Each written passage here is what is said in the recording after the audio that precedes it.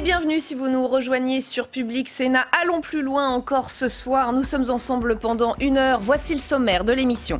Dans une demi-heure, l'entretien de la semaine. Nous recevons ce soir Gaël Giraud, économiste, directeur de recherche au CNRS, spécialiste des interactions entre économie et écologie. C'est bel et bien le sujet central qui nous occupe en ce moment. Comment la voit-il, lui, la relance? Eh bien, nous lui poserons la question.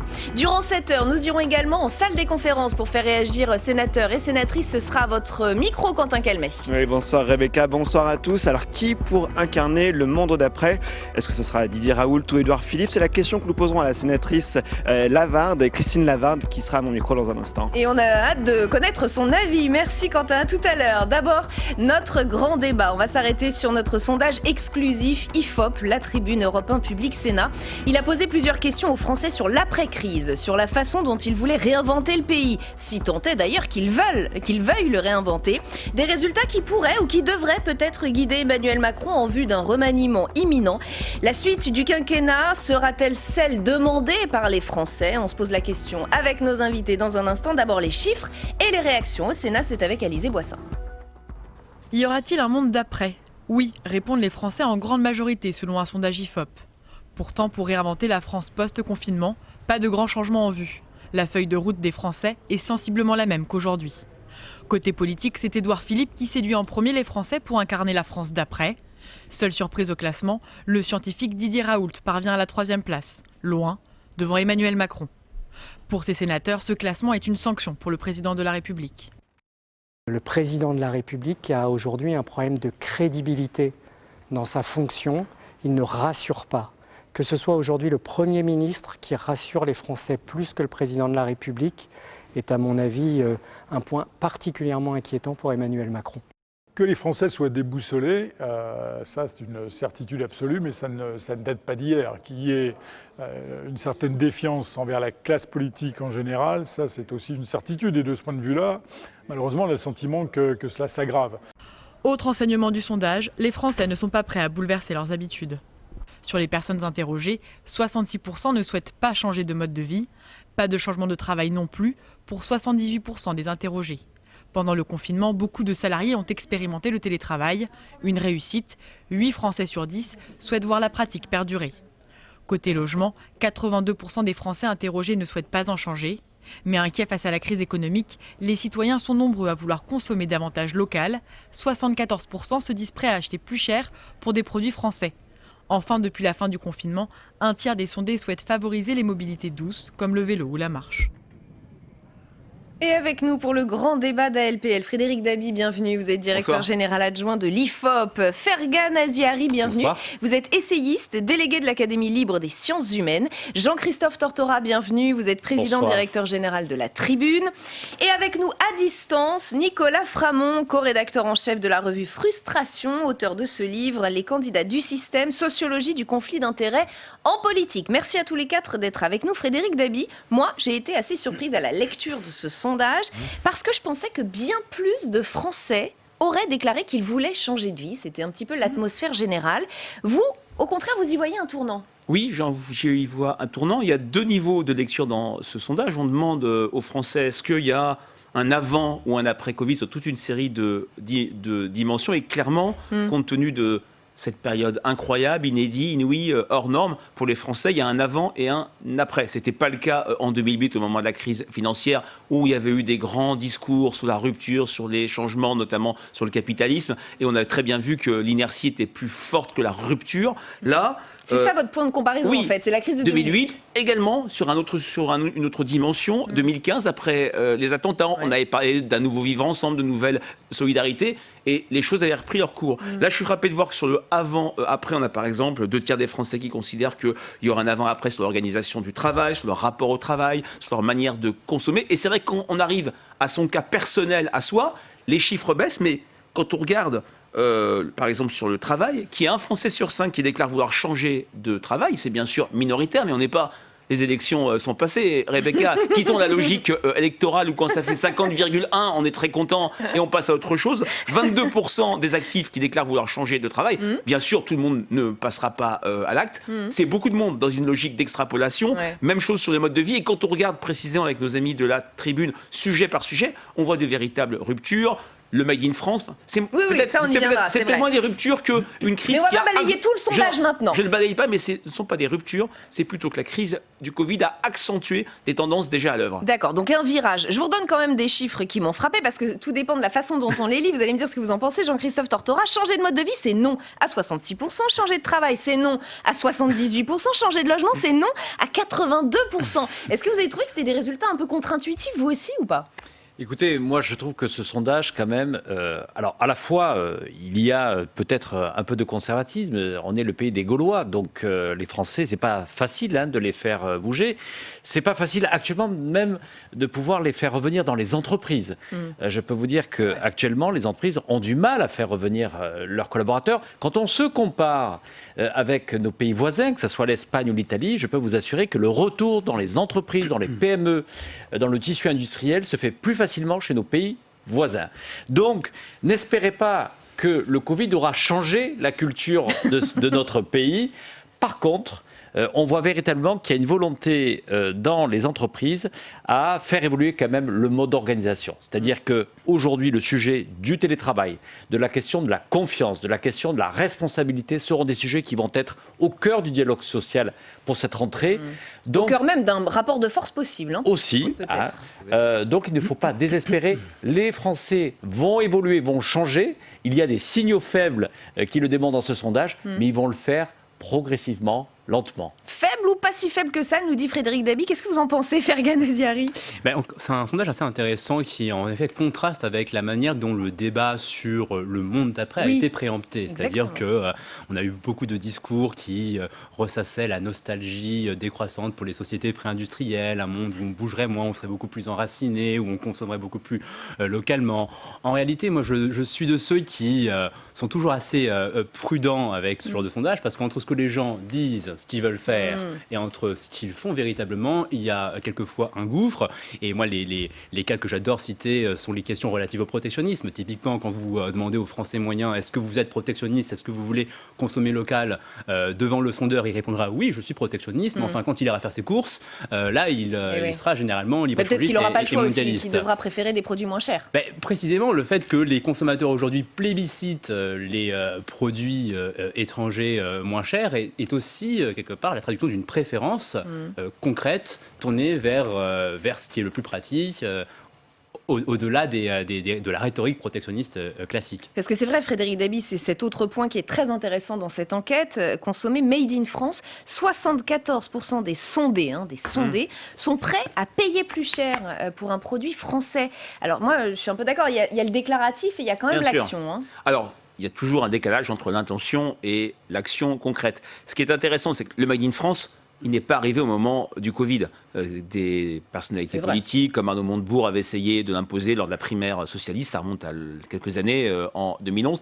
Et c'est vrai qu'on avait réalisé plusieurs enquêtes sur le Made in France, où on avait un décalage entre des représentations très positives, c'est produire local, ça favorise l'emploi, et lorsqu'on mettait les gens en situation concrète de seriez-vous prêt à payer plus cher, ils disaient plutôt non. Là, c'est une des premières fois où on a un score de oui qui dépasse 3/4. Même chose, plus largement, plus globalement, quand on demande quelle doit être la feuille de route d'un nouveau gouvernement, alors on est dans l'actualité chaude, on voit que la relocalisation des productions stratégiques avec cet acte lourd des masques, ce paracétamol qui est fait en Chine, ça a marqué durablement les esprits. Bien sûr, ça se fera lentement et on n'est pas à l'abri d'un nouveau retour à la normale. Mais en tout cas, les lignes ont un petit peu bougé. Nicolas Framont, comment vous l'avez lu, ce sondage, et notamment sur cette envie d'après ou d'avant ?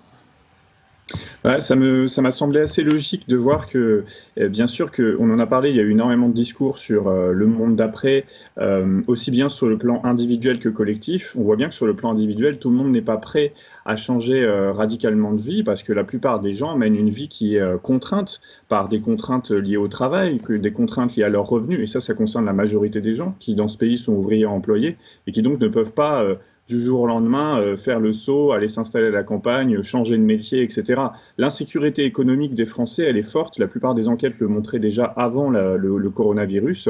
Et on se doute que devant la crise économique qui va potentiellement arriver, et on voit d'après votre étude que c'est une très forte préoccupation, eh bien, la plupart des gens ne soient pas prêts à se projeter dans quelque chose de radicalement différent. Il en vient de même des choix de consommation. Vous ne pouvez pas décider de consommer plus cher si vous avez une anticipation plutôt négative sur votre revenu. Et c'est le cas de beaucoup de gens qui vont subir dès cet été des plans sociaux, des licenciements ou une stagnation, voire une baisse de leur salaire, puisque c'est plutôt ça qui est annoncé. Donc je pense qu'il faut toujours avoir en tête que ces petites révolutions individuelles, elles ne sont possibles que s'il y a un contexte collectif qui les favorise. Or là, on a plutôt quelque chose qui va favoriser plutôt l'envie, le besoin et logique de se mettre en sécurité face aux aléas potentiels à venir que l'idée de se révolutionner soi-même. Ça, c'est quelque chose qui est accessible qu'à une minorité de la population en réalité. Justement, on va aborder un angle plus politique de cette enquête. Il y a aussi des enseignements intéressants. Diriez-vous que les pouvoirs publics ont bien géré la crise? C'est oui à 43%, non à 57%. Pour la rentrée de septembre, les Français interrogés sont plutôt pessimistes, évidemment notamment sur le chômage, sur la situation économique du pays. Du coup, cela doit être la priorité pour le gouvernement, selon eux. La relance doit être prioritaire pour 64% des sondés, le financement du modèle social pour 62%, la protection de l'emploi et la limitation des plans de licenciement pour 56%. Alors tout cela est-il dans les tuyaux de l'Élysée qui prépare, vous le savez, un nouveau chemin, c'est le terme employé par Emmanuel Macron. Sacha Houlier, qui était l'invité de Bonjour chez vous ce matin, nous a donné quelques indications. Il a parlé de 3 tournants. Écoutez.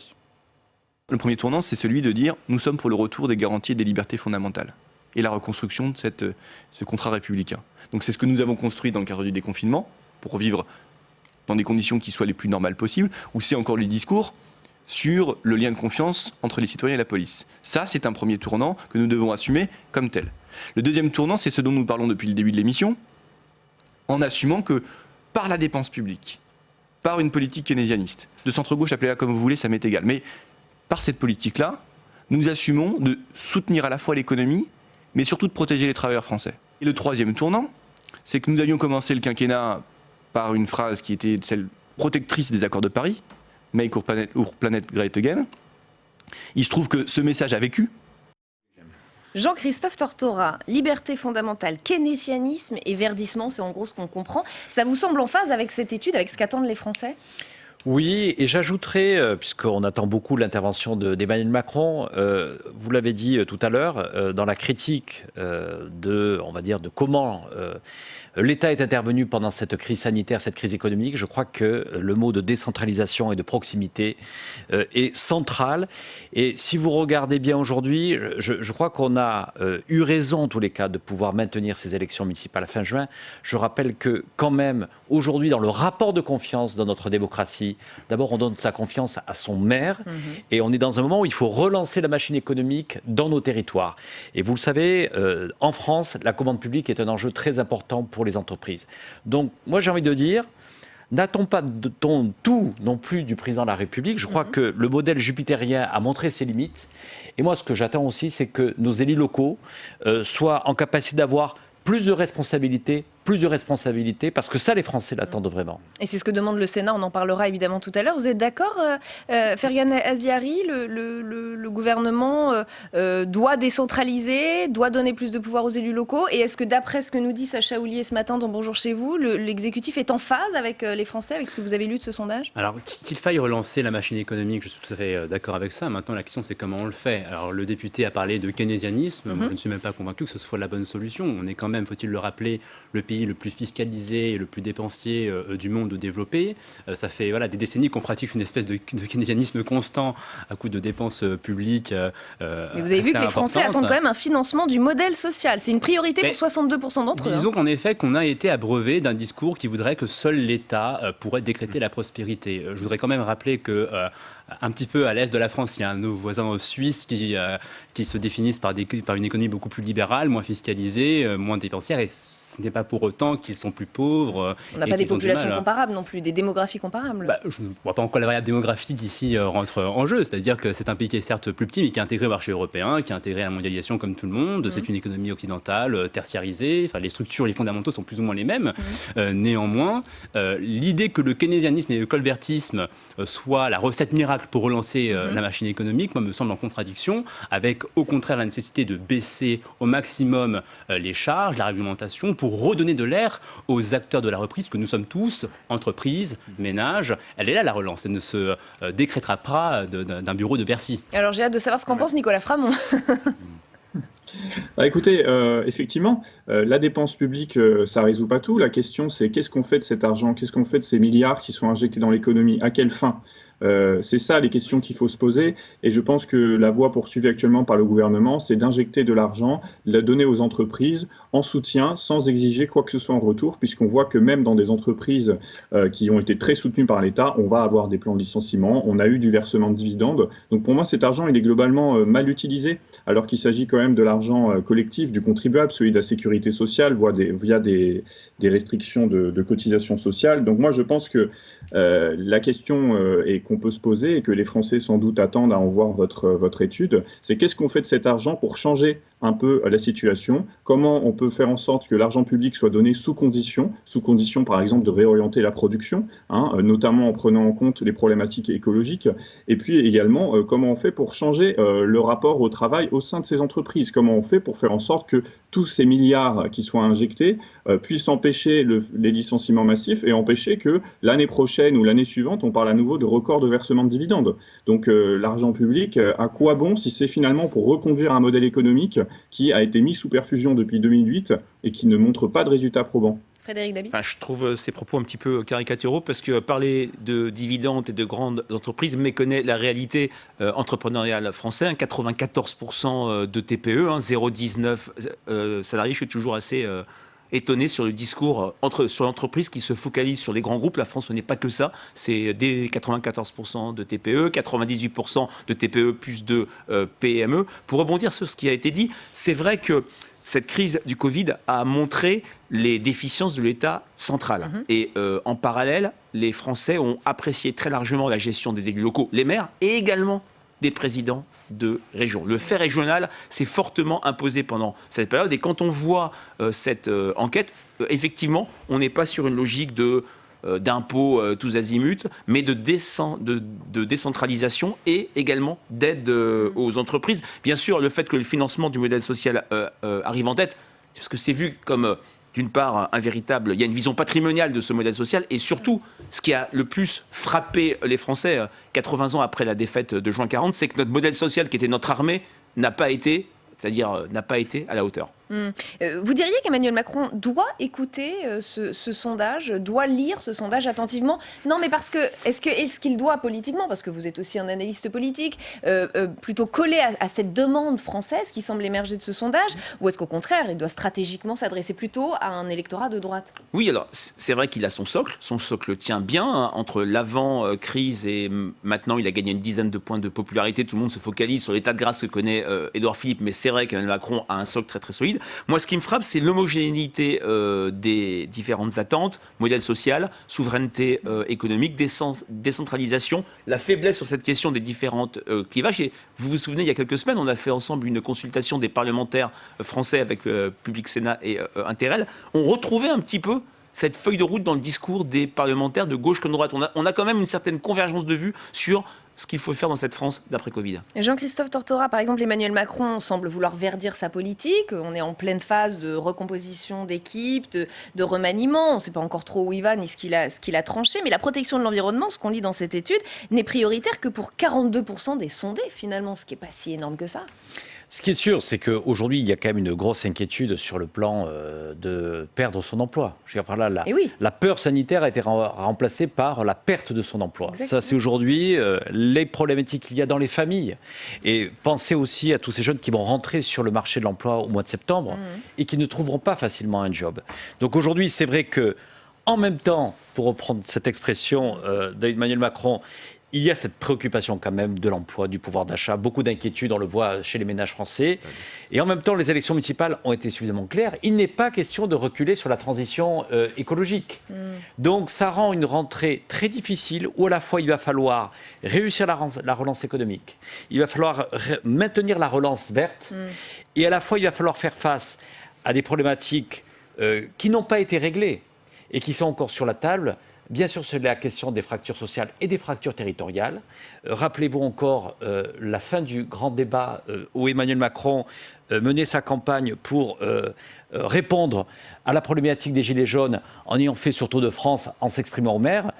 Attention, ce sujet-là doit être réglé ou amélioré dans les mois à venir. C'est pour cette raison que moi je parle dans le cadre de ce numéro de réinventer la France. Il faut bien sûr réinventer notre modèle économique et social, mais je pense qu'Emmanuel Macron doit donner aussi des preuves d'apporter une sorte de relance démocratique à notre pays. Et je crois qu'elle doit se faire par la proximité, le terrain, vous l'aurez compris, par la décentralisation. Ont-elles été si claires, ces élections municipales? Je parle du verdissement. Vous êtes d'accord avec cela, Fergan Aziari? Emmanuel Macron doit verdir sa politique parce que plusieurs grandes villes sont passées aux mains des écolos, ou suivre cette enquête qui nous dit que la protection de l'environnement n'est prioritaire que pour 42% des sondés? Je pense que la protection de l'environnement, en réalité, est consensuelle. Tout le monde aspire à vivre dans un environnement sain. Personne ne vous dira, moi, je me lève le matin, j'ai envie de polluer. Tout le monde, j'ai envie de polluer. Maintenant, en effet, la réticence que l'on observe dans l'opinion publique provient du fait que chaque fois qu'on dit aux Français, on va protéger l'environnement, on leur dit on va vous imposer une cure d'amaigrissement forcé. Donc forcément, quand on impose une grille de lecture qui voudrait que l'écologie soit quelque chose de forcément punitif, qui serait presque en contradiction avec le développement économique, vous générez des réticences. Alors, verdir la politique, oui, mais encore faut-il construire un discours beaucoup plus optimiste sur la capacité de réconcilier le développement économique et la protection de l'environnement. Il n'y a pas lieu d'opposer les deux. Je rappelle par exemple qu'aujourd'hui, on meurt plus de la pollution de l'air en Afrique subsaharienne qu'en Europe occidentale.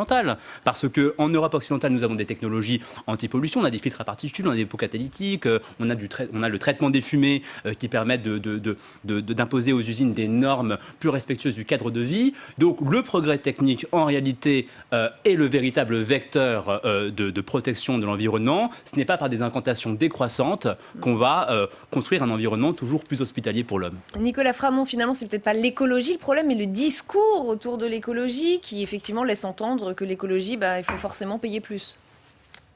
Oui, c'est vrai, vous avez raison. L'écologie, ça interroge énormément de choses qui se jouent également au niveau collectif. Ça interroge en premier lieu notre système économique. Et pourtant, dans le discours qui est véhiculé, l'écologie, on l'entend comme autant de petits efforts individuels qui vont nous polluer notre quotidien, autant de petites contraintes, de petites taxes qui vont se rajouter. Or, évidemment, une écologie qui fait face aux problèmes d'ampleur auxquels on a affaire en ce moment, c'est une écologie qui s'en prend d'abord, et ça correspond aussi à un impératif de justice sociale. C'est comment on fait pour que l'écologie s'en prenne d'abord au plus gros, entre guillemets, puis ensuite au plus faible. Si évidemment vous faites passer le discours écologique comme ça a été ce qui a fait le mouvement des Gilets jaunes, s'en prendre aux gens qui ont besoin de leur voiture tous les jours, effectivement, ça ne fonctionne pas. Par contre, si vous dites on s'en prend aux plus gros pollueurs, donc ça peut être au niveau des individus, ça va être ceux qui prennent par exemple le plus l'avion, et puis au niveau économique, ça va être les plus grosses entreprises les plus pollueuses. Il faut se souvenir que l'industrie agroalimentaire, ça pollue plus qu'un pays comme la Norvège par exemple. Bon, là, on peut avoir un discours écologique qui fait envie finalement, parce que ce discours écologique, il se double d'un discours de justice sociale, d'un discours de redistribution des richesses. Tout ça, ça peut être parfaitement compatible, mais évidemment, c'est pas compatible avec les aspirations gouvernementale à préserver les intérêts économiques les plus puissants de ce pays. Et maintenant, qui pour réinventer la France? Quelle incarnation? Le top 5 est très intéressant, troublant même, je dois dire. C'est Édouard Philippe pour 45% des sondés, rien de troublant là-dedans.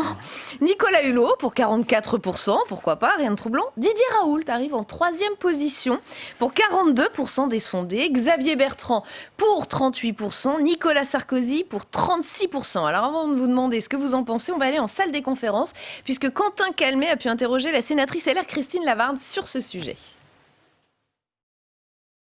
Oui, Rebecca, je me trouve avec Christine Lavarde, sénatrice LR des Hauts-de-Seine. Bonjour Christine Lavarde. Bonjour. Vous êtes également la Benjamine au Sénat. Qu'est-ce qu'elle vous évoque, vous, cette liste? Édouard Philippe, Nicolas Hulot, Xavier Bertrand, Nicolas Sarkozy. À l'exception de Didier Raoult, elles sont un peu le réchauffé, cette liste, non?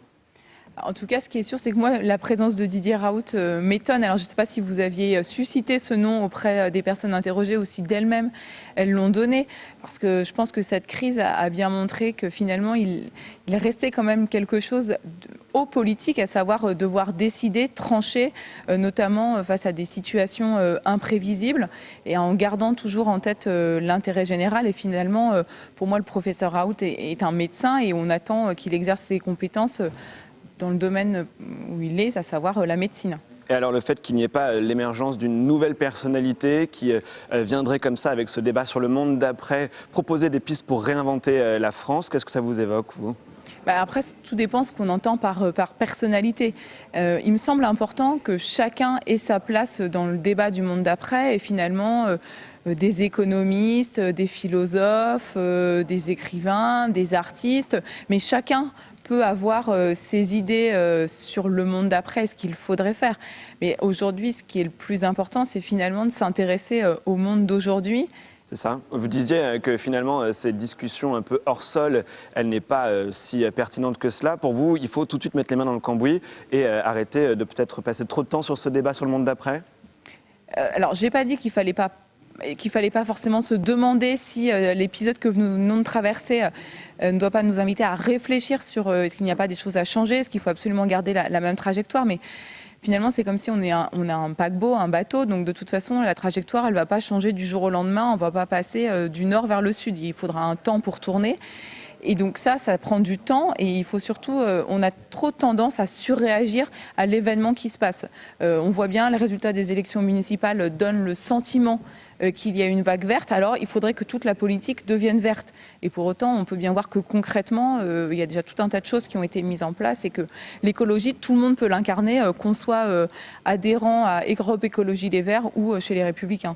Eh bien, par exemple. Oui, pour ce qui est de votre maison politique, effectivement. Merci beaucoup à Christine Lavarde pour cette réaction. On verra ce que donne ce débat sur les personnalités du monde d'après. Merci Quentin. Au hasard, le choix des Verts. Peut-être une explication d'abord, Frédéric Dabi. Est-ce que le nom de Didier Raoult est venu spontanément chez les personnes que vous avez interrogées ou est-ce que effectivement ça fait partie d'une proposition ? Voilà, il n'y a pas de proposition spontanée. Avec nos amis de la Tribune, on a travaillé sur une liste de 40 noms, c'est quand même beaucoup. Et pour chacun d'entre eux, on leur a demandé si on leur faisait confiance ou pas pour réinventer la France. Je note qu'au-delà du classement, personne n'arrive à 50%. C'est vrai. Ça en dit long sur la démonétisation et la défiance à l'égard du personnel politique. Il n'y avait pas que des personnes. C'est la cote de confiance. C'est une cote de confiance. Sachant que la confiance, c'est pas une cote de popularité qui pourrait être bienveillante. C'est vraiment ce qui est le plus dur dans la relation représentant-représenté. On n'a pas testé que des personnalités politiques, Didier Raoult, le général de Villiers, Michel Onfray, Éric Zemmour, etc. Ce qui est intéressant sur Didier Raoult, c'est ce classement particulièrement haut. Et en comparaison, parce qu'il incarne un discours tribunicien, anti-élite, un parler vrai pour certains, et c'est le score très faible dans ce classement, associé à Jean-Luc Mélenchon et Marine Le Pen, qui n'ont pas capitalisé du tout pendant cette crise. Marine Le Pen doit être à 28 et Jean-Luc Mélenchon à 29. D'accord. Ils ne sont pas dans les 20 premiers. Et Emmanuel Macron est loin aussi. Il est loin, il est 9e, en décalage de 13 points par rapport à Édouard Philippe, alors que d'aucuns disent qu'Édouard Philippe n'est pas capable, dans la dernière ligne droite du quinquennat, de se réinventer. Les mots ont un sens. Sur réinventer la France, il arrive en tête, devant même Nicolas Hulot, qui a une popularité certes de papier, mais qui, dans tous les classements, traditionnellement, arrive en tête. Jean-Christophe Tortora, ça vous a frappé de voir arriver Didier Raoult en deuxième position, même si on est d'accord, on relativise, les scores sont pas énormes. Enfin, il arrive au deuxième, quoi. Troisième. Oui, Troisième. Oui, bien sûr, non. C'est une vraie surprise. Maintenant, quand on prend, en tout cas, un petit peu, quand on saisit l'opinion, on voit bien qu'aujourd'hui, Raoult a une vraie popularité en France. Et on voit. Même si vous regardez plus en détail le sondage, il y a 3 personnalités qui profitent, on va dire, du contexte, alors profiter de cette situation du Covid et qui ont fait, ont de nouveau refait surface. Vous avez dans ce sondage le retour à un bon niveau d'Arnaud Montebourg. Clairement, le chantre de la démondialisation, le chantre du Made in France, il revient très haut dans le sondage. C'est une des premières personnalités à gauche. Vous avez Philippe Douste-Blazy qui est à 25. Il est quand même celui qui connaît le résultat dans les centristes le meilleur, devant François Bayrou. Philippe Douste-Blazy, ça faisait très longtemps qu'on n'en entendait plus parler. Il est revenu bien sûr en tant qu'ancien ministre de la Santé. Et puis Raoult, en effet, ce personnage un petit peu énigmatique, mais dont on ne peut pas non plus dire, finalement, mais pourquoi il faudrait se désintéresser ou dire, mais ce n'est pas sérieux. Écoutez, quand on interroge les Français, je crois professionnels, il faut, en tout cas, il arrive 3e pour contribuer à réinventer la France. Moi, je crois qu'il faut regarder ça avec sérieux. Oui, Nicolas Framont, moi j'y vois même un revers pour le monde politique. C'est un médecin qui a fait parler de lui l'espace de 3 mois, tout ponte qu'il soit, tout grand professionnel qu'il soit. C'est frappant quand même. Oui, c'est vrai, c'est frappant. Je pense que ça représente pas mal l'époque. La dernière vague d'abstention aux élections municipales vont aussi dans ce sens, c'est-à-dire que on a l'impression que par moment, la réaction des Français, c'est tout sauf la classe politique actuelle, vous voyez.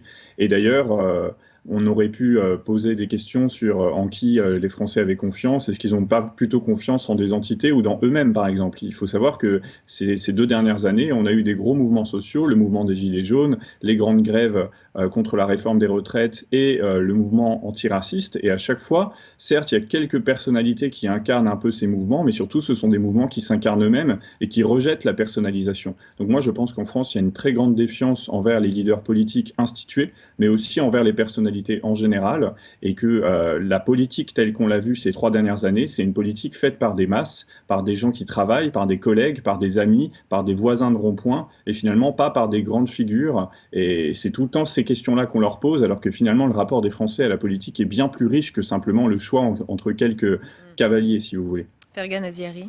Qu'il y ait en effet un sentiment de dégagisme, j'en conviens.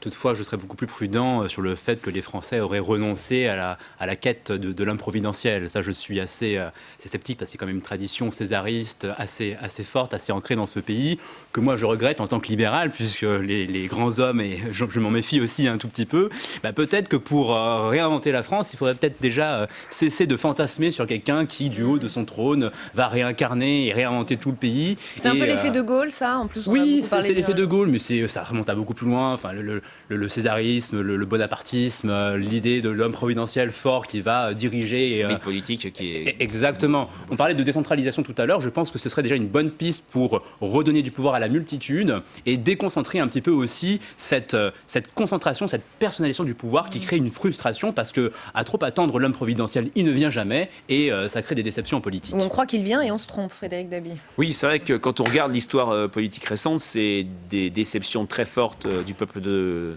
droite vis-à-vis de François Hollande, du peuple de gauche vis-à-vis de Nicolas Sarkozy, même de l'ensemble des Français. Il y a quand même, je ne mettrai pas, je nuancerai un petit peu ce qui a été dit, je ne mettrai pas tous les hommes politiques et les personnalités dans le même sac. Certaines émergent. Franchement, je suis assez frappé de voir le score d'Édouard Philippe dans toutes les catégories, notamment dans les catégories de droite. C'est lui qui Mais ça devient presque un choix anti-Macron. On sait qu'Emmanuel Macron veut s'en séparer, alors on dit il y a un peu de provocation. Les Français, on a fait l'enquête avant la période du remaniement, on l'a fait du 18 au 19 juin, et vraiment, il y a un décalage abyssal entre le bouillonnement médiatique auquel on participe tous sur le remaniement et les Français qui sont moins sur une logique de casting que sur une logique de résultat.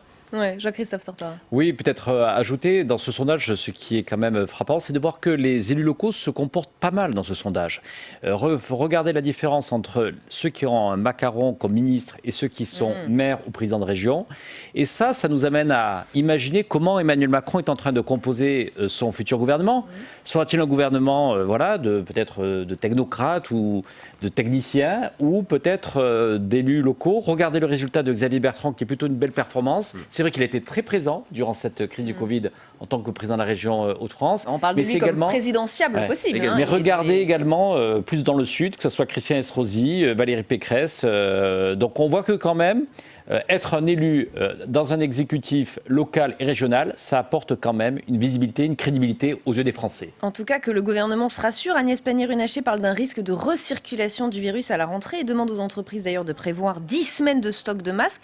Mais les Français sont prêts à se reconfiner. Il nous reste quelques minutes, Frédéric Dabi. 79% se sentent capables de reprendre un confinement. Ils ont vraiment aimé cette période. Alors, c'est un chiffre qui nous a frappé, Jean-Christophe et moi. Ça montre également que cette enquête s'inscrit dans un contexte, celui de cette crise sanitaire, dans un contexte d'anxiété. Vous rappeliez tout à l'heure le pessimisme pour la rentrée absolument massif sur les conséquences économiques de la crise. Autre élément qui montre cette vigilance sur les départs en vacances, il progresse par rapport à une enquête IFOP JDD faite au mois de mai, mais on n'est pas du tout au niveau traditionnel des années passées. Et ce n'est pas qu'une question de pouvoir d'achat, c'est aussi une question de crainte, et, dans ce contexte économique extrêmement fragile, de ne pas s'éloigner de son domicile. Et on s'arrêtera donc sur ce dernier chiffre. 79% des Français sondés dans cette enquête, en tout cas, se sentent capables de reprendre un confinement. Merci infiniment à tous les quatre d'avoir participé à ce grand débat. La suite des LPL, c'est notre grand entretien. Nous recevons ce soir Gaël Giraud, chercheur en économie au CNRS. On va voir comment il le voit, lui, le monde d'après, comment il conçoit la relance économique, au travers de quels grands axes. Ce matin, effectivement, c'est le Sénat qui donnait ses propositions. Et le Sénat, le monde d'après, il le voit dans la décentralisation, dans les libertés locales, mais pas seulement. Voici le détail avec Cécile Sixou. Sur la décentralisation, le Sénat entend montrer la voie. Face à la presse, Gérard Larcher a défendu les 50 mesures de la Chambre haute pour redéfinir l'équilibre des pouvoirs dans le pays. Emmanuel Macron avait sollicité le Sénat début juin pour contribuer à sa réflexion sur l'après. Le président, il a dit autre chose, je vais renverser la table. Eh bien, nous lui disons, moi je lui dis, politiquement, chiche. Chiche. Parmi les recommandations, le transfert de compétences aux collectivités. Les sénateurs souhaitent par exemple confier aux régions l'accompagnement des demandeurs d'emploi. Autre mesure, l'inscription dans la Constitution du principe de qui paie décide pour assurer l'autonomie financière des collectivités. Enfin, les sénateurs proposent de faciliter le rapport entre les communes et les intercommunalités, c'est-à-dire de laisser plus de choix dans les compétences que souhaitent transférer les communes aux intercommunalités. Cet après-midi, Gérard Larcher a remis en main propre au président de la République ses 50 propositions, mais il a également abordé un autre sujet avec Emmanuel Macron. Le sujet de la réorganisation de notre système de santé qui fait l'objet d'une note du président Milon qui m'est adressée et une note dans laquelle il annexe l'ensemble des rapports faits par des collègues de sensibilités différentes sur les sujets de santé et d'autonomie depuis maintenant 6 années. Dans sa note, Alain Milon préconise une territorialisation du système de santé pour que l'hôpital ne soit plus le centre de gravité. Il propose également, sur la base du volontariat, de transformer des hôpitaux publics en établissements de santé privés d'intérêt collectif. Enfin, autre piste, créer des passerelles pour les changements de carrière, pour qu'une aide-soignante, par exemple, puisse devenir infirmière. Proposition qui pourrait nourrir celle issue du Ségur de la santé qui doit rendre ses conclusions mi-juillet.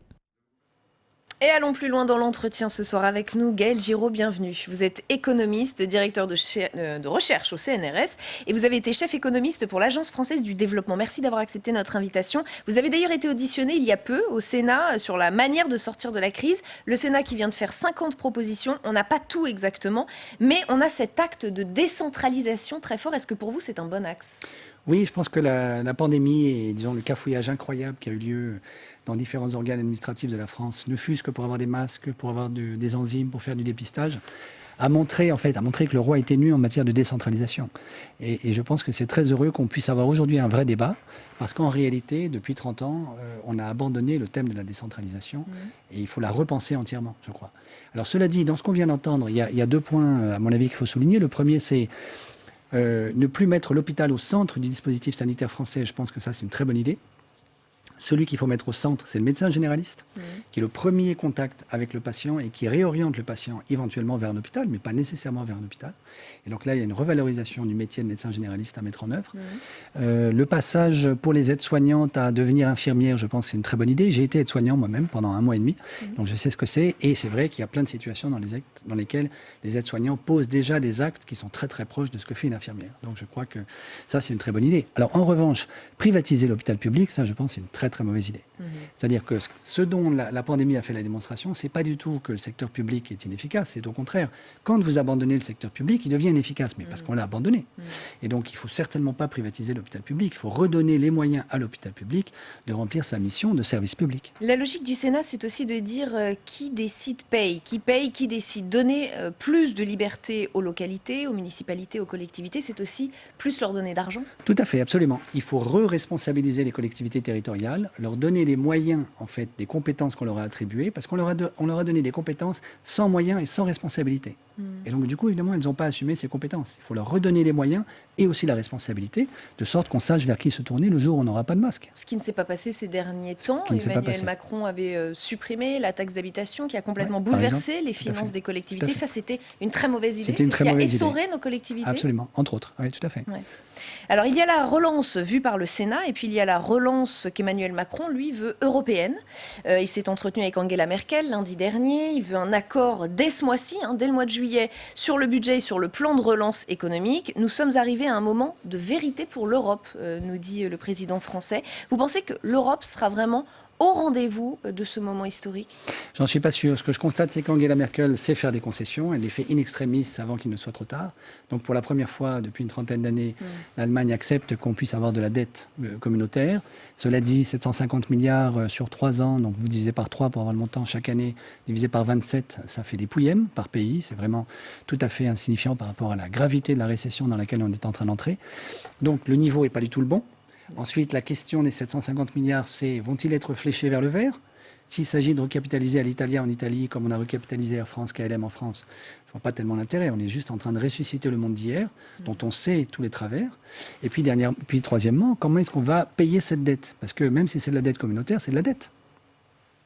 Si on exige le remboursement de cette dette en augmentant la contribution de chaque État au budget européen, on n'a rien gagné. On a gagné un tout petit peu parce que l'Allemagne, par exemple, va contribuer un peu plus que ce qu'elle va recevoir. Mais fondamentalement, on n'aura rien changé. Donc il faut lever une nouvelle ressource fiscale de manière à rembourser cette dette communautaire. Et cette nouvelle ressource fiscale, qu'est-ce que ça peut être? Ça peut être une taxe carbone aux frontières de la zone euro. Ça peut être une taxe sur les transactions financières, depuis le temps qu'on en parle. Ça peut être une taxe sur les GAFAM.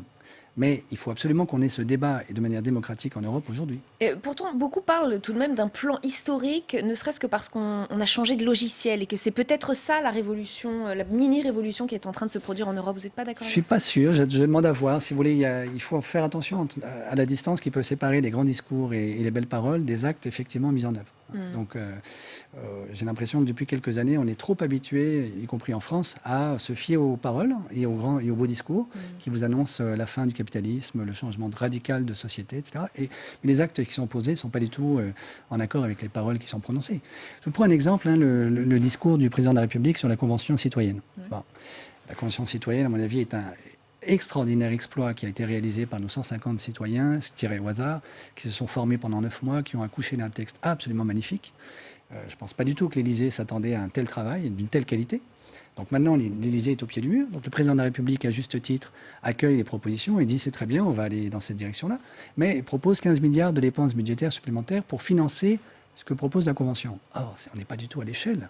C'est ridicule. C'est ridicule. On n'est pas du tout au montant. Alors, combien il faudrait? Ça dépend de la manière dont vous faites les calculs. Mais disons, France Stratégie et l'ADEME, chacune séparément, arrivent à quelque chose comme 50 milliards. Donc, on n'est pas du tout à l'échelle. Donc, si vous voulez promettre, on va mettre en œuvre la Convention citoyenne, mais ne pas aligner le budget nécessaire pour le financer, c'est juste dire on ne va pas le faire. On reviendra sur les propositions de la Convention citoyenne. Je voudrais qu'on reste encore un tout petit peu sur l'Europe. Voilà ce qu'a dit Emmanuel Macron. Alors vous me direz, ce sont des mots, ce sont ses paroles, mais les voici. Il me semble essentiel que l'argent qu'apportera l'Europe aux pays qui font leur transition écologique soit strictement conditionné à des engagements climatiques précis, à commencer par la neutralité carbone en 2050. C'est une demande forte. Ça veut dire qu'Emmanuel Macron a compris que si relance européenne il doit y avoir, elle doit forcément être tournée vers l'environnement. Oui. Ça, c'est pour vous, c'est fort? Ah, ça, c'est extraordinaire. Ça, c'est très, très bien. Et donc, si on le met en œuvre, je serais ravi. Mais la France elle-même viole les accords de Paris de 2015 depuis 5 ans. La France elle-même ne tient pas ses engagements de réduction des émissions de CO2 pour atteindre la neutralité carbone en 2050. Donc, c'est très bien qu'on s'y engage, mais on va porter les conséquences de l'engagement qu'on vient de prononcer. Mais est-ce qu'on peut, avec tous ces principes écologiques, environnementaux et aussi sociaux, rivaliser avec, par exemple, une Chine qui n'a pas du tout les mêmes scrupules, les mêmes états d'âme? Alors ça, c'est une très bonne question. Vous avez raison de la poser. Je pense qu'il va falloir qu'un jour ou l'autre, on brise le tabou du protectionnisme et qu'on se dise, mais au fond, qu'est-ce que le libre-échange tous azimuts a apporté vraiment à l'Occident? Et c'est pas clair du tout. Les estimations macroéconomiques qui ont été faites pour essayer d'estimer combien ça nous a rapporté, en gros, la globalisation marchande financiarisée depuis une trentaine d'années, aboutissent au mieux, dans le meilleur des cas, à quelques centaines de milliards de dollars, ce qui est ridicule.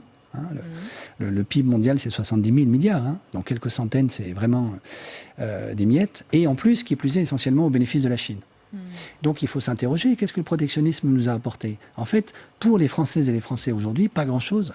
Parce que c'est pas vrai que les très bas salaires chinois se sont répercutés sur les très bas prix avec lesquels on a pu acheter les gadgets que nous envoient les Chinois. Non, parce qu'entre-temps, ceux qui ont fait la distribution, disons la transmission, la médiation entre la Chine et la France ont fait des marges colossales. Colossales. Et donc en réalité, le prix n'a pas beaucoup augmenté. Et comme nous autres, on ne sait pas pour quel prix ont travaillé les travailleurs chinois, on ne se rend pas compte du tout de la marge colossale qui a été réalisée par l'intermédiation. Donc en réalité, la très faible valeur des salaires chinois n'a pas été répercutée dans les prix. Donc nous n'avons pas été les bénéficiaires en premier lieu de cette globalisation marchande. Et du coup, ce que ça veut dire, c'est que si on relocalisait aujourd'hui des entreprises qui sont délocalisées en Chine, ça n'est pas vrai non plus qu'on aurait une explosion des prix, à condition d'empêcher les intermédiaires de continuer d'avoir des marges colossales. C'est ça les rentes. Alors je me souviens par exemple du fait que le président de la République, quand il est arrivé au pouvoir, a dit « Moi, mon programme, c'est-à-dire le programme Attali, c'est de supprimer les rentes dans ce pays pour être plus efficace. » Très bien. Mais là, on a des rentes extraordinaires qui sont accumulées depuis une trentaine d'années. C'est ces rentes-là qu'il faut supprimer. Et pour le faire, il faut relocaliser. Et on peut très bien relocaliser et organiser un protectionnisme social, sanitaire, écologique, intelligent. Je parlais de difficultés pour l'Europe à s'affirmer face à des puissances comme la Chine avec justement ces scrupules environnementaux et sociaux qui sont presque devenus un handicap. Est-ce qu'après tout, tant pis, est-ce que c'est pas à l'Europe aussi de montrer une sorte de chemin, presque justement le monde d'après? Tout à fait, vous avez absolument raison. C'est pas aussi notre rôle? Si, c'est absolument notre rôle. Je peux vous dire par expérience, comme chef économiste de l'AFD, l'Agence française de développement, que le monde entier regarde ce que fait l'Europe. L'Amérique latine a les yeux rivés sur l'Europe parce que nous restons, malgré tous nos défauts, un modèle extraordinaire pour toute une série de pays qui sont dans les Suds et qui regardent ce que nous faisons, en particulier la France. Pour toute une série de pays, nous restons la patrie des droits de l'homme aujourd'hui, même si de temps en temps nous bafouons nous-mêmes les droits de l'homme, ce qui est pas bien du tout. Parce qu'on tergiverse, parce qu'on discute, parce qu'on débat aussi au sein de notre pays, mais on montre un chemin. Vous dites qu'à l'international, on montre un chemin. À l'international, tout le monde nous regarde et nous aurions une valeur d'exemplarité extraordinaire si nous prenions enfin en main notre destinée collective pour mettre en œuvre la reconstruction écologique du pays. Ça voudrait dire que peut-être, une fois que nous aurons réglé nos propres discussions et tergiversations, le monde suivra, que finalement... Alors là, c'est caricatural. D'abord, on n'aura jamais terminé nos discussions. Ça fait partie de l'espace démocratique qu'on continue de délibérer en permanence. Simplement, il faut agir en délibérant. Par exemple, je vous donne un exemple. En 2014, on a mis en place le comité des experts pour le débat national sur la transition, sous l'égide de Delphine Batteau. Les experts dont j'ai fait partie ont dressé une liste de 4 grandes familles de scénarios de transition énergétique pour la France. Alors, d'une certaine manière, le grand débat qui est devant nous aujourd'hui, c'est lequel des 4 ? Scénario négawatt, Négatepe, Ancre, ADEME. Ce qui les distingue, c'est en gros le bouquet énergétique français en 2035. Et pour simplifier, la part du nucléaire dans le bouquet énergétique français. Bon, on sait que ça, c'est le truc sur lequel nous adorons, nous les Français, nous bagarrer en permanence. C'est l'affaire Dreyfus. C'est très violent. C'est l'affaire Dreyfus du début du XXIe siècle. Bon. Mais en fait, il y a des tas de choses qu'on pourrait faire tout de suite sans même avoir réglé cette question du nucléaire en France. On pourrait faire la rénovation thermique des bâtiments tout de suite. En particulier la rénovation thermique des bâtiments publics. Rien ne fait obstacle au fait que nous le fassions dès maintenant. Et ceci depuis 10 ans déjà. On pourrait engager un vrai programme de réaménagement du territoire pour faire l'optimisation urbaine, pour faire de la polyagriculture autour des centres urbains très denses, reliés entre eux par du train. Donc il faut réhabiliter par exemple la SNCF et le réseau de chemin de fer extrêmement dense que nous avions après 1945. Donc, tout ça, on peut le faire sans même se prononcer immédiatement sur la question du nucléaire. Et pourquoi ne le faisons-nous pas ? Ah, ça c'est une grande question. Il manque la volonté politique. Juste la volonté politique ou aussi peut-être un financement, un mode de financement viable ? Non, le mode de financement, on a mis 300 milliards d'euros de garantie publique aujourd'hui. Il n'y en a que 100 milliards qui ont été appelés à ma connaissance jusqu'à présent. Il en reste 200. Avec les 200, on peut très très facilement financer par exemple la rénovation thermique des bâtiments publics en France. Et qu'est-ce que ça a comme conséquence ? Vous réhabilitez les centres-villes de toutes nos villes moyennes qui sont complètement dégradées. Vous diminuez notre dépendance au pétrole. Vous améliorez la balance commerciale et vous créez énormément d'emplois. Vous créez en moyenne 15 emplois par million d'euros investis. Et donc, comme ça doit vous coûter quelque chose comme 6-7 milliards par an sur 2-3 ans, vous créez au moins 500 000 emplois, voire 1 million d'emplois sur 3 ans, ce qui est colossal. Si on revient sur les... Pardon. Non, je vous en prie. Si on revient sur les propositions de la Convention citoyenne pour le climat, Emmanuel Macron a écarté la taxe de 4% sur les dividendes pour les investissements dans le vert, dans l'écologie. Vous dites qu'il a fait une erreur ? Oui, il a fait une erreur. Je pense que si vous voulez, c'est un problème de fond depuis une quarantaine d'années. La globalisation marchande et le capitalisme financiarisé dans lequel nous sommes entrés, en réalité, a rompu les amarres avec le capitalisme tout court. Au sens où nous avons donné tous les pouvoirs à des grands corps d'actionnaires, par exemple les fonds communs de placement, qui n'épousent absolument pas la logique des entreprises dans lesquelles ils investissent, qui sont simplement en attente d'un rendement sur action, quoi qu'il arrive. Alors il se peut que l'entreprise ait des soucis qui sont tout à fait légitimes, par exemple parce que la conjoncture n'est pas bonne. Alors ces grands groupes d'actionnaires s'en fichent complètement et exigent, quoi qu'il arrive, du 10% de rendement sur action par an. Dans une économie qui n'a pas de croissance, c'est juste impossible. Donc ça oblige les entreprises à faire des opérations qui n'ont absolument aucun sens d'un point de vue économique. Par exemple, elles s'endettent pour racheter leurs propres actions sur le marché actions et faire des cadeaux à leurs actionnaires. Oui, mais quand on fait ça, ça n'a plus aucune relation avec la logique du business réel de l'entreprise dans l'économie réelle. Bon. Et donc, cet actionnariat-là tue le capitalisme, en vérité. Et donc, il y a un moment où il faut l'arraisonner et se dire, mais nous, on veut protéger nos entreprises, en particulier en France. On veut protéger, au fait, même le capitalisme d'il y a 30 ans a besoin d'être protégé. Et pour ça, il faut mettre des barrières à l'hubris de cet actionnariat-là. Alors, si on refuse de taxer les dividendes, on est juste en train de donner le signal que ça va continuer d'être Noël tous les jours pour cet actionnariat. Et pourtant, Emmanuel Macron nous dit que justement, ça ne freinera pas les investissements, qu'on a besoin des investissements. Il essaye de réconcilier économie de marché et écologie, ce qui, sur le papier, paraît un peu incompatible. C'est vrai, on a besoin absolument d'investissements, je suis d'accord avec vous, et on est en sous-investissement depuis une vingtaine d'années, en particulier en France, investissement public et privé. La grande difficulté, c'est que l'obstacle majeur à l'investissement privé en France aujourd'hui, c'est pas le fait qu'on n'ait pas fait suffisamment de cadeaux aux actionnaires. On en a fait tellement. Non, l'obstacle majeur, c'est le surendettement privé. Alors, on parle beaucoup dans les médias du surendettement public. Ouais. Et on n'a pas complètement tort. C'est vrai qu'on a beaucoup de dettes publiques. Mais la dette privée, c'est beaucoup plus grave que la dette publique. Et en plus, elle est beaucoup plus importante que la dette publique. Avant la pandémie, on était à 99% du PIB de dette publique. Bon, on va passer à 120 à peu près. Mais en dette privée, on était à 130. Avant la pandémie. Alors je ne sais pas à combien on va passer, peut-être 150 aujourd'hui. Mais ça veut dire qu'on est beaucoup plus endetté dans le secteur privé que dans le secteur public. Or, quand vous avez un État qui a beaucoup de dettes, c'est compliqué, mais il peut continuer d'investir en vérité. Il n'est pas mort. Le Japon a 250% du PIB de dette publique, les Japonais ne sont pas morts. En revanche, une entreprise qui a trop de dettes, d'abord n'arrive plus à rembourser ses dettes et certainement ne peut plus investir. Parce qu'aucune banque n'est prête à lui prêter pour qu'elle investisse. Et donc, la fin de l'investissement en Europe depuis une vingtaine d'années, c'est pas qu'on n'a pas été assez sympa avec les actionnaires, c'est qu'on n'arrive pas à résoudre le problème du surendettement privé de nos entreprises. Du coup, et j'en termine là sur ma démonstration, l'urgence des urgences aujourd'hui pour sortir de la déflation dans la zone euro, c'est pas d'obliger les États à se désendetter coûte que coûte. C'est pas l'austérité budgétaire qui ne résoudra rien en termes de dette publique. Si vous regardez la Grèce, on a infligé une cure d'austérité budgétaire incroyable à la Grèce en 5 ans. On a diminué le PIB de 25%, on a diminué tous les salaires de 25%, etc.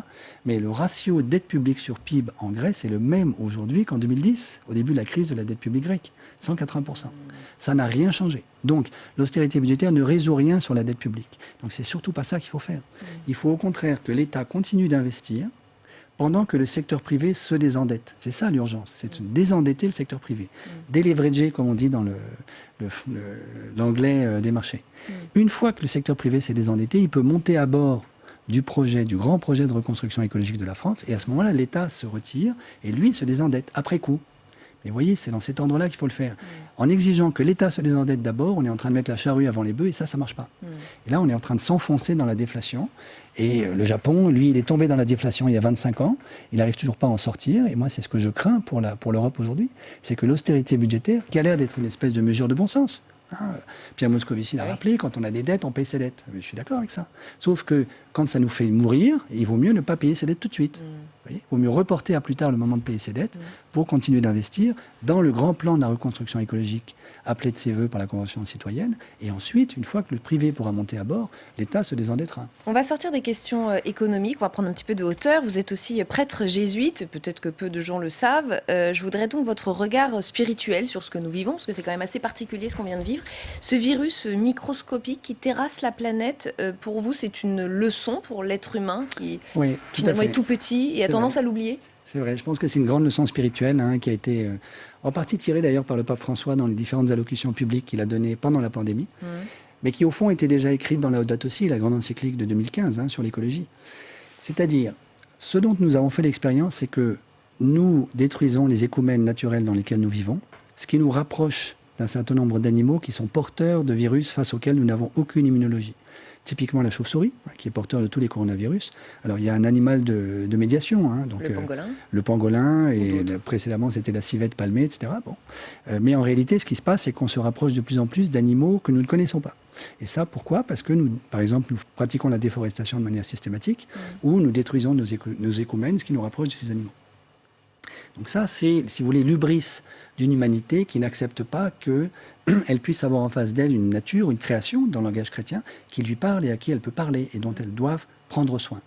Donc ça, c'est une hubris. Et qui lui est même peut-être supérieur. Non, je n'ai pas dit ça. Non. Qui est son alter ego et son interlocutrice. Voilà. Bon.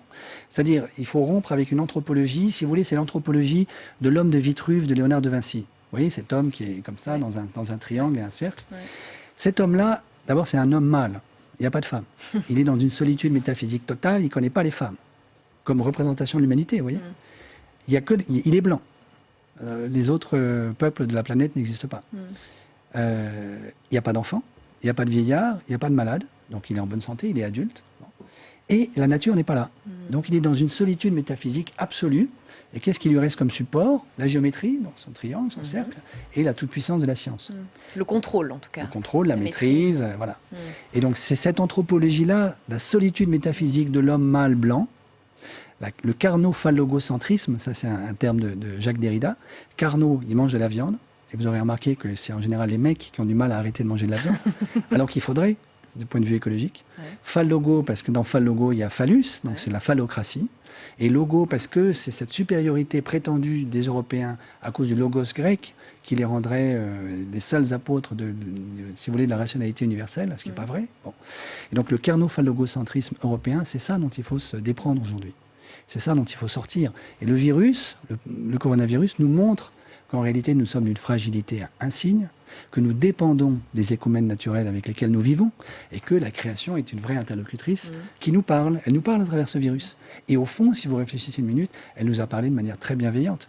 Parce que nous allons nous rendre compte, malheureusement, dans quelques mois, sauf s'il y avait une grande deuxième vague terrible cet automne, mais que finalement, le virus aura tué beaucoup moins que le confinement. C'est-à-dire la très mauvaise réponse que nous avons apportée à la pandémie. Et que certains pays ont réussi à éviter. Taïwan, la Corée du Sud, le Vietnam, qui est quand même pas un pays très développé, la Thaïlande, ont échappé complètement au confinement. Et dans ce monde d'après qu'on commence à observer, qu'on est peut-être en train de vivre, est-ce que vous sentez une remise en question de l'homme, de son arrogance, de son sentiment de supériorité, de surpuissance? Est-ce que vous sentez qu'on est à un virage, à un tournant, ou est-ce qu'en fait on est déjà tombé dans les anciens travers et que la crise n'aura pas servi à nous améliorer, nous? Non, je crois pas. Je crois que du côté, on pourrait dire, il y a deux France qui ont vécu le confinement. Il y a la France, pour caricaturer, un des CSP+, qui a plutôt apprécié le télétravail, qui s'est rendu compte qu'elle pouvait très bien travailler chez elle, en particulier dans sa maison de campagne dans le Vexin, par exemple, et qui en fait n'a plus envie de retourner au bureau aujourd'hui, et qui se verrait bien travailler en province dans un atelier, un espace de coworking. Et puis vous avez les autres qui ont souffert terriblement pendant le confinement. Certains sont allés bosser sans masque, sans gel, ont pris des risques pour les autres Français. Donc pour eux, le confinement, c'était pas du tout une partie de plaisir. Et cela, c'est pas l'écologie qui est venue en tête, et c'est pas la remise en cause de cette anthropologie-là que je décrivais à l'instant qui devient première. Pour cette partie-là de la France, c'est trouver un boulot, la survie, la sécurité de l'emploi, la sécurité tout court, etc. Bon. Et donc il faut pas se tromper. Les CSP+ se sont radicalisés du côté de l'écologie et certainement sont en train en ce moment de sortir de cette vision anthropologique de l'homme de Vitruve, de Léonard de Vinci, pour ceux qui étaient encore habités par ça. Typiquement, l'homme éduqué, mâle, urbain, centre-ville. Bon. Mais le reste de la population est dans une problématique complètement différente. Mais on est dans une situation complètement schizophrénique. Vous vous rendez compte de la complexité du message à interpréter pour nos responsables politiques, puisque c'est à eux d'agir pour les mois et les années qui vont suivre. Quel est le message qu'ils doivent retenir de cette crise? À mon avis, le message, c'est que la réponse à la question sociale, c'est l'écologie. L'écologie n'est pas une contrainte de plus. L'écologie, la reconstruction écologique crée plus d'emplois que le monde d'avant. Je donne un exemple simple. Dans le monde d'avant, les chiffres que nous avons sur l'emploi ne sont pas exacts. Pourquoi? Parce qu'ils ne tiennent pas compte du travail partiel, du travail à temps partiel. Si vous teniez compte du travail à temps partiel, nous avions 30% de chômage avant la pandémie. Et nous en allons avoir beaucoup plus après la pandémie. Donc en réalité, le monde d'avant était incapable de fournir du travail à tout le monde. Absolument incapable. Ressusciter le monde d'avant ne résoudra aucun des problèmes sociaux que nous avons aujourd'hui. En revanche, la reconstruction écologique, ça crée des emplois. Ça donne du sens à votre boulot. Donc vous sortez des bullshit jobs au centre de Graeber qui rendent malade tout le monde. Et évidemment, ça ne peut se faire que si vous accompagnez par la formation professionnelle ceux qui aujourd'hui sont coincés dans les secteurs condamnés. l'aéronautique avec le kérosène, la voiture thermique au pétrole, etc. Donc ces gens-là, il faut les accompagner vers des métiers qui ont du sens et qui dessinent la société que nous voulons, une France zéro carbone en 2050. Et c'est peut-être un message à Emmanuel Macron qui est en pleine spéculation pour un remaniement. Merci infiniment en tout cas Gaël Giraud d'avoir fait cet entretien avec nous. C'est la fin de cette émission. On se retrouve lundi à 18h. Demain, 2 invités politiques dans Bonjour chez vous. Oriane Mancini recevra Mickaël Delafosse, le nouveau maire socialiste de Montpellier, mais aussi Jeanne Barséguian qui est la nouvelle maire écologiste de Strasbourg. Très très bonne soirée sur Public Sénat.